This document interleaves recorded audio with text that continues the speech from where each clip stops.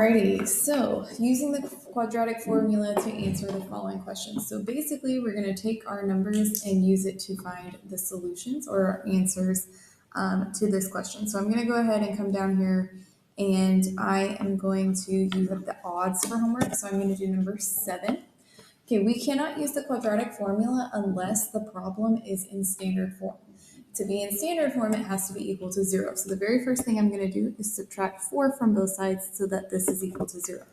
So now I have 4b squared plus 8b plus 3 is equal to 0. Okay, now I can go ahead and plug into the quadratic formula. So the quadratic formula is negative b plus or minus the square root of b squared minus 4ac, all divided by 2a. So the very first thing I need to do is identify what a, b, and c are for this problem. So a is the coefficient with your squared exponent, so a is 4. B is the coefficient with just the variable, which is 8. C is your constant, which is 3. So negative b, so that's negative 8, plus or minus the square root of 8 squared minus 4 times 4 times 3, because that's a and c, all divided by 2 times a, which is 2 times 4. So I'm going to simplify what I can. So we're going to go ahead and start with the discriminant, which is what's underneath the radical sign. So I have 8 squared, which is 64. And then that's going to be 64 minus 4 times 4 times 3. So I end up with 16. Now, when you get a positive number under the radical sign, that tells me I'm going to have 2 rational roots, okay? If I got a negative number, it would tell me that we're going to have irrational or imaginary roots, which is really no real solutions, okay? Because we can't have a negative square root. So it turns out to be 16, which in reality is actually going to be really nice for us. So I get negative 8 plus or minus the square root of 16 all over 2 times 4 is indeed 8. Okay, well, this we left out because 16 is a perfect square. So I can actually take the square root of 16 here. So I'm going to end up with negative 8 plus or minus 4 all over 8. So I'm going to go ahead and split that up into the positive and the negative just so it's easier for me because we're finding 2 roots because quadratics have 2 solutions here.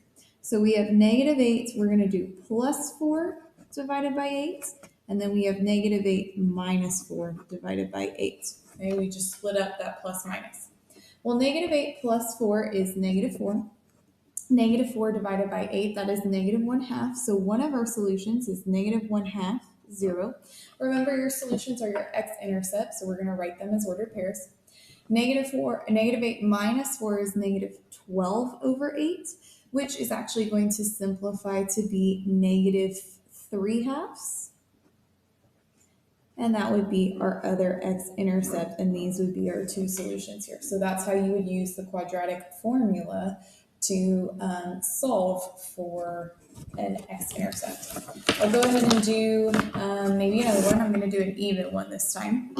Okay, so I'm going to come over here and I'm going to do I'll do number 14.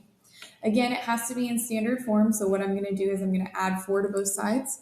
So I get 5x squared plus 9x plus 4 is equal to 0. A is 5, B is 9, C is 4. So we have negative b plus or minus the square root of b squared minus 4ac. So negative b is negative 9 plus or minus the square root of 9 squared minus 4 times 5 times 4. And this is all over 2 times a, which in this case is 2 times 5. Okay, so what we are going to do is I'm going to do 9 squared. So we have negative 9 plus or minus 9 squared is 81. Minus 4 times 5 is 20. Times 4 is going to be 80. All divided by 2 times 5 is 10. Well, 81 minus 80 is just the square root of 1. And the square root of 1 is just 1. So I really have negative 9 plus 1 divided by 10. And I have negative 9 minus 1 divided by 10. Well, negative 9 plus 1 gets me negative 8. Negative 8 divided by 10 is just negative 4/5. We write it as an ordered pair because it's an x-intercept. Negative 9 minus 1 is really negative 10. Negative 10 divided by 10 is just negative 1. And these are our two solutions for that. Okay. We also have 423 for this. Now, I'm just going to tell you right off the bat, you do not have to use the quadratic formula for every single one, even though it says it. If you would rather use something else, like special products, completing the square, or factoring, you can do that too. Like on number 1 here, I see that I have a difference of perfect squares, so I'm going to use our special products rule and see that a difference of perfect squares, I really have u minus 7 and u plus 7 is equal to 0. So my x-intercepts are 7, 0, and negative 7, 0. I didn't even need to use the quadratic formula there for that one. So it's totally up to you, but you can use the quadratic formula on all of them because it always works. Okay, I'm going to spend a little bit more time on the back of 423 because this is where a lot of people are probably going to get confused. This is where real life. This is the heart of everything we're doing here because this is taking it a step further. So number 15, it says the length of a rectangle is 4 more than the width. The area of the rectangle is 45 meters squared. Find the length and the width. You must draw a picture. If you do not draw a picture, you will get this wrong, and I guarantee it. So I have a rectangle, and it says the length of the rectangle is 4 more than the width. Well, I'm going to go ahead and call this W for the width, and it says the length is 4 more. Well, that's just W plus 4.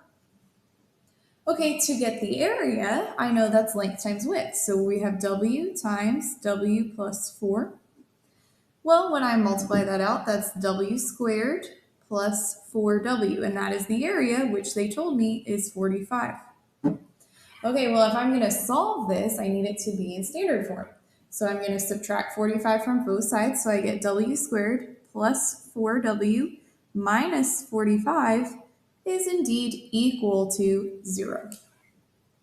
Now I can use my quadratic formula, or I can use any other method that I would like to solve this. I can actually solve it by factoring because A times C, so 1 times negative 45 is negative 45.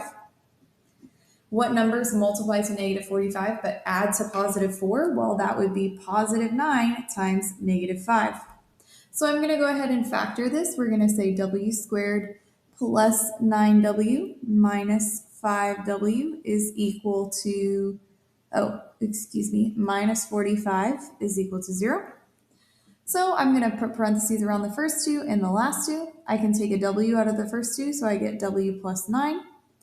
To take what I can take out of this so that I end up with W plus 9 is minus 5. So I get W plus 9 again. So in reality, I get W minus 5 and W plus 9 is equal to 0. We're still not done because I want to know the x-intercept. So I'm going to set both of those sets of parentheses equal to 0. So we have W minus 5 equals 0, W plus 9 equals 0. Okay, so solve for W, I add 5, so W equals 5. The width is going to be 5, or the width is negative 9. We are talking about length and width. A negative number makes absolutely no sense. So the width must be 5. Well, if the length is the width plus 4, 5 plus 4 is 9. So the width would have been 5, and the length would have been 9 here.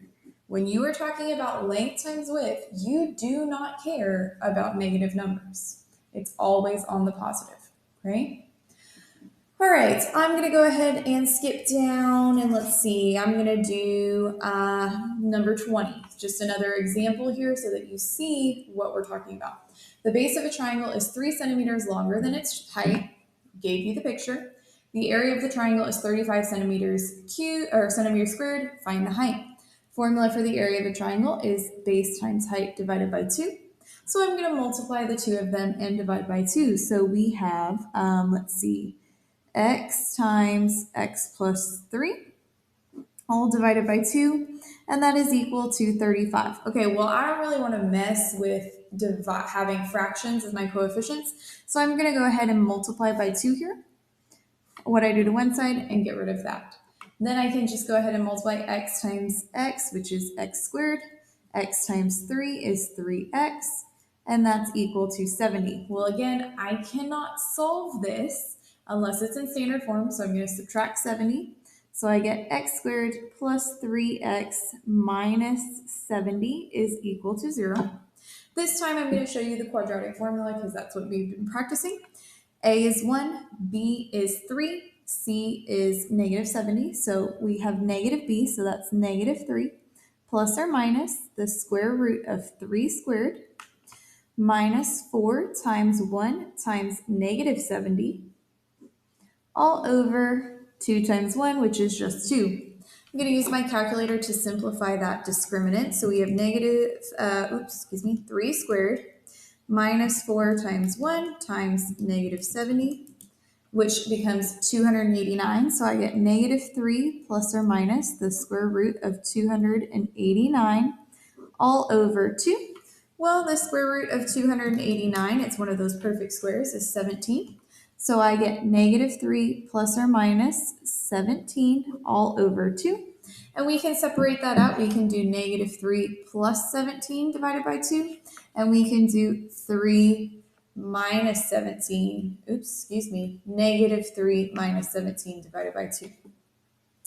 Again, these are going to go straight to get you your x-intercepts, unlike factoring where you had to set them equal to 0. This is immediately getting your x-intercepts. Well, this negative 3 minus 17 is negative 20, divided by 2 is negative 10. Length times width, we don't care about negative numbers. So this is the one we're focusing on. Negative 3 plus 17 is 14. 14 divided by 2 is 7. So x in this case is 7. So the height is 7, and then the base would be 10. All right, hopefully that helped answer your questions. Get to work.